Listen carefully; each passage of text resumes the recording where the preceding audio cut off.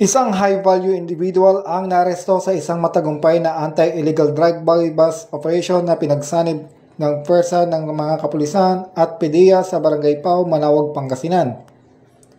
Kinilalang suspect na si July, 46 taong gulang, walang trabaho at residente ng nasabing barangay. Siya may living partner at tinuturing na high-value individual sa illegal drug trade sa rehiyon.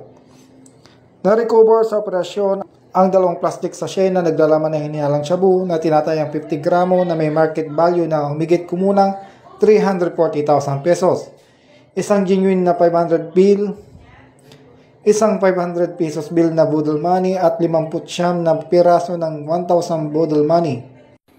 Naganap ang inventorya at pagmamarka ng ebidensya sa mismong lugar ng operasyon sa harap ng suspect at mga saksi kabilang ang isang media representative at 2 barangay kagawad.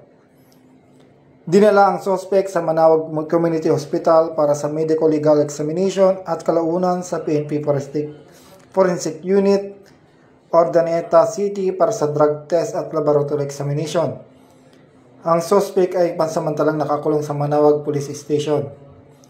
Inanda na ang mga kaso laban sa suspect para sa paglabag sa Section 5 at 11 ng Republic Act 9165 o ang Comprehensive Dangerous Drugs Act of 2002. Mula dito sa Ilocos Region, ako ang iyong PNN Correspondent, Police Master Sergeant Marvin J. Romero, alagad ng batas, taga-taguyod ng Balitang Pulis.